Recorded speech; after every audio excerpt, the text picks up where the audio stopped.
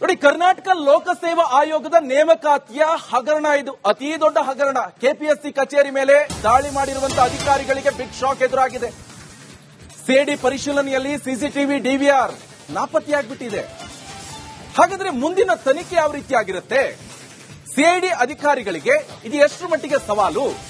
DVR ನಾಪತ್ತೆಯಾಯಿತು. ಇದರಿಂದ ಈಗ ತನಿಖೆಗೆ ಹೊಸ ಸವಾಲು ಎದುರಾಗಿದೆ. ಸಿಐಡಿ ಮುಂದಿನ ಹಂತದ ತನಿಖೆ ಹೇಗಿರುತ್ತೆ ಹಾಗಾದ್ರೆ? ಶಿವಶಂಕರಪ್ಪ ಸಾವುಕಾರ್ ಸೇರಿದಂತೆ ಸದಸ್ಯರಿಗೆ ಸಿಐಡಿ ನೋಟಿಸ್ ಕೂಡ ಇಶ್ಯೂ ಮಾಡಿದೆ. ವಿಚಾರಣೆ ನಂತರವೇ ಶುರು ಆಗಲಿದೆ ಅಸಲಿ ತನಿಖೆ. ಸಾಂದರ್ಭಿಕ ಸಾಕ್ಷ್ಯಗಳ ಆಧಾರದಲ್ಲಿ ತನಿಖೆ ಆರಂಭ ಮಾಡಲಾಗುತ್ತೆ.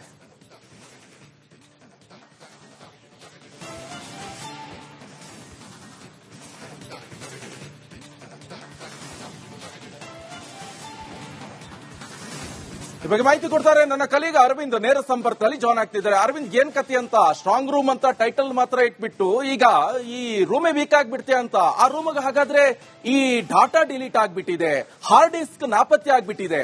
ಹಾಗಾದ್ರೆ ಕಾರಣ ಏನು? ಇದನ್ನ ಯಾವ ರೀತಿಯಾಗಿ ತನಿಖೆ ಮಾಡ್ತಾರೆ? ಎಷ್ಟು ಮಟ್ಟಿಗೆ ಸವಾಲಿದೆ ತನಿಖಾ ಅಧಿಕಾರಿಗಳಿಗೆ? ಜೊತೆಗೆ ಇದರಲ್ಲಿ ಇನ್ನೂ ಇಷ್ಟು ಸಿಬ್ಬಂದಿಗಳು ಇನ್ವಾಲ್ವ್ ಆಗಿದ್ರೆ ಹಾಗಾದ್ರೆ ಯಾರಿಗೆಲ್ಲ ಕಂಟಕ ಎದುರಾಗಬಹುದು ಹಾಗಾದ್ರೆ ಇದಕ್ಕೆ ಸಂಬಂಧಪಟ್ಟಂತೆ?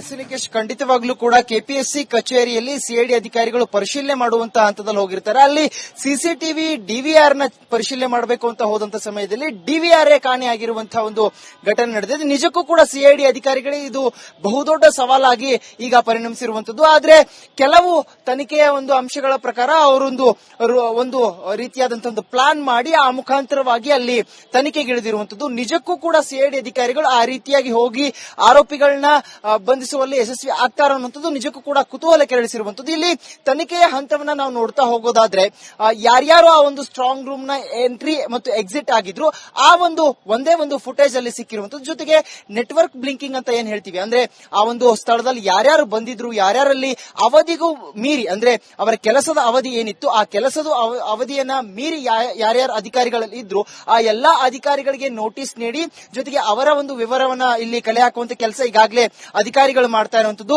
ಮುಖ್ಯವಾಗಿ ಇಲ್ಲಿ ಸಿಐಡಿ ಅಧಿಕಾರಿಗಳು ಏನಿದ್ದಾರೆ ಇವರು ಎಲ್ಲರೂ ಕೂಡ ಸದಸ್ಯರು ಜೊತೆಗೆ ಅಧ್ಯಕ್ಷರೇನಿದ್ದಾರೆ ಎಲ್ರಿಗೂ ಕೂಡ ನೋಟಿಸ್ ನೀಡಿ ವಿಚಾರಣೆಗೆ ಕರೆಸುವಂತ ಕೆಲಸ ಕೂಡ ಮಾಡ್ತಾ ಇದ್ದಾರೆ. ಅದಲ್ಲದೆ ಈ ಒಂದು ಸಿಸಿಟಿವಿ ಜೊತೆಗೆ ಸ್ಟ್ರಾಂಗ್ ರೂಮ್ ನ ಇನ್ಚಾರ್ಜ್ ಪಡೆದಂತಹ ಅಧಿಕಾರಿ ಯಾರಿದ್ರು ಅರವಿಂದ್ ಹೋಲ್ಡ್, ಮತ್ತೆ ನಿಮ್ಮನ್ನ ಸಂಪರ್ಕ ಮಾಡ್ತೀನಿ. ಇನ್ನೊಂದು ಅಪ್ಡೇಟ್ಸ್ ಕೂಡ ಲಭ್ಯವಾಗ್ತಾ ಇದೆ. ಸ್ಟ್ರಾಂಗ್ ರೂಮ್ ಇನ್ಚಾರ್ಜ್ ಮಾಹಿತಿ ಸಂಗ್ರಹ, ಸಿಬ್ಬಂದಿಯ ಸಿಡಿಆರ್ ವಾಟ್ಸ್ಆಪ್ ರಿಪೋರ್ಟ್ ಅನ್ನ ಪರಿಶೀಲನೆ, ಸಂಪರ್ಕದಲ್ಲಿರುವಂತಹ ಶಂಕಿತ ವ್ಯಕ್ತಿಗಳ ಪತ್ತೆಗೆ ಕಾರ್ಯಾಚರಣೆ, ಕೆಪಿಎಸ್ಸಿ ದಲ್ಲಾಳಿಗಳ ಜೊತೆ ಸಂಪರ್ಕ ಇದೆಯಾ ಹಾಗಾದ್ರೆ ಅಂತ ಅದರ ಬಗ್ಗೆನೂ ಕೂಡ ಕೂಲಂಕುಷ ಪರಿಶೀಲನೆಯನ್ನ ನಡೆಸಲಾಗುತ್ತೆ.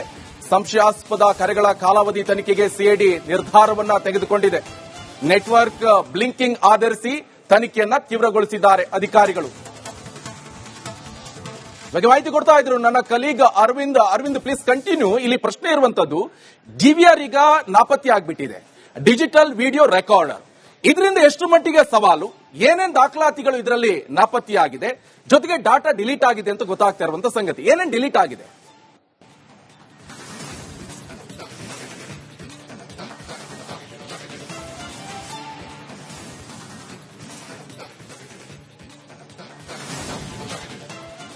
ಖಂಡಿತ ನಿಕೇಶ್, ನಾನು ಆಗ್ಲೇ ಹೇಳ್ತಾ ಇದ್ದ ಹಾಗೆ ಈ ಒಂದು ಸಿಸಿಟಿವಿ ಅನ್ನುವಂತಹ ಫುಟೇಜಸ್ ಗಳೇನಿರ್ತವೆ ಅದನ್ನ 6 ತಿಂಗಳವರೆಗೂ ಎಲ್ಲಾ ಸರ್ಕಾರಿ ಕಚೇರಿಗಳಲ್ಲಿ ಆ ಸಿಸಿಟಿವಿ ಫುಟೇಜ್ ಗಳ ರೆಕಾರ್ಡ್ ಅನ್ನ ಇಡಲೇಬೇಕಾಗುತ್ತೆ, ಅದನ್ನ ದಾಖಲೆ ಮಾಡಿ ಇಡಲೇಬೇಕಾಗುತ್ತೆ. ಆದ್ರೆ ಇಲ್ಲಿ ಸಿಸಿಟಿವಿ ಫುಟೇಜ್ ನ ದಾಖಲೆ ಬದಲಾಗಿ ಇಡೀ ಸಂಪೂರ್ಣ ಡಿವಿಆರ್ ಏನಿರುತ್ತೆ ಆ ಡಿವಿಆರ್ ನೇ ಕಾಣೆ ಆಗಿರುವಂತದ್ದು.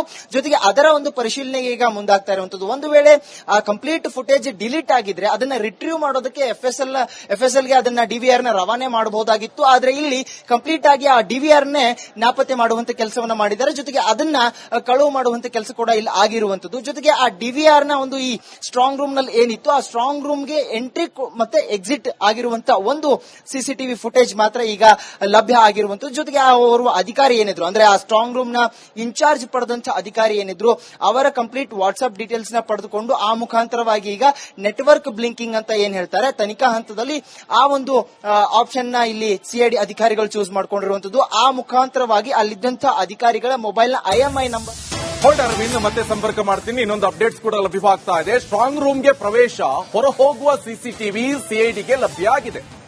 ಸ್ಟ್ರಾಂಗ್ ರೂಮ್ ಪ್ರವೇಶ, ಹೊರ ಹೋಗುವಂತಹ ದೃಶ್ಯ ಪರಿಶೀಲನೆಯನ್ನ ನಡೆಸಲಾಗ್ತಾ ಇದೆ. ಈ ಸಂದರ್ಭದಲ್ಲಿ ಅನುಮಾನಾಸ್ಪದ ವ್ಯಕ್ತಿಗಳ ಚಲನವಲನದ ಬಗ್ಗೆ ತೀವ್ರ ತನಿಖೆಯನ್ನ ನಡೆಸಲಾಗ್ತಾ ಇದೆ. ರಾತ್ರಿ ಲೊಕೇಶನ್ ನಲ್ಲಿ ಬ್ಲಿಂಕ್ ನಂಬರ್ಗಳ ಟ್ರ್ಯಾಕಿಂಗ್, ಇದರ ಬಗ್ಗೆಯೂ ಕೂಡ ಕೂಲಂಕುಷ ತನಿಖೆಯನ್ನ ನಡೆಸಲಾಗ್ತಾ ಇದೆ. ಬಗ್ಗೆ ಮಾಹಿತಿಯನ್ನು ಕೊಡ್ತಾ ಇದ್ರು ನನ್ನ ಕಲೀಗ ಅರವಿಂದ್ ಸದ್ಯ ಈಗ ಯಾವ ರೀತಿ ತನಿಖೆ ನಡೀತಾ ಇದೆ, ತನಿಖೆ ಹಾದಿ ಯಾವ ರೀತಿ ಸಾಗ್ತಾ ಇದೆ ಅಂತ?